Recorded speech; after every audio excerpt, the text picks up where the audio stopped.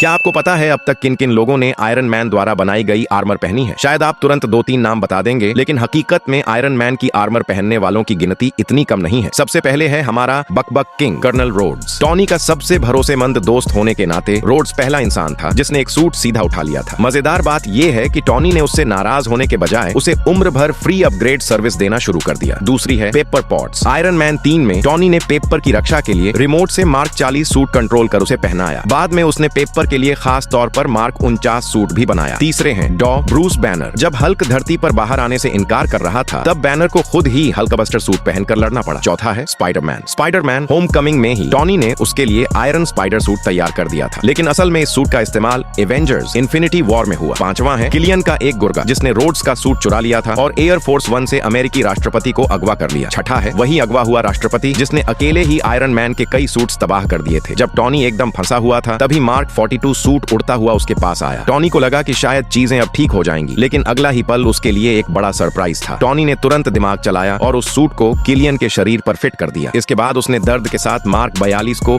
खुद ही ब्लास्ट कर दिया। अब सवाल मार्वल फैंस के लिए, अगर आपको मौका मिले इन आयरन सूट से एक सूट पहनने का, तो आप कौन सा सूट चुनोगे और क्यों? कमेंट में बताओ।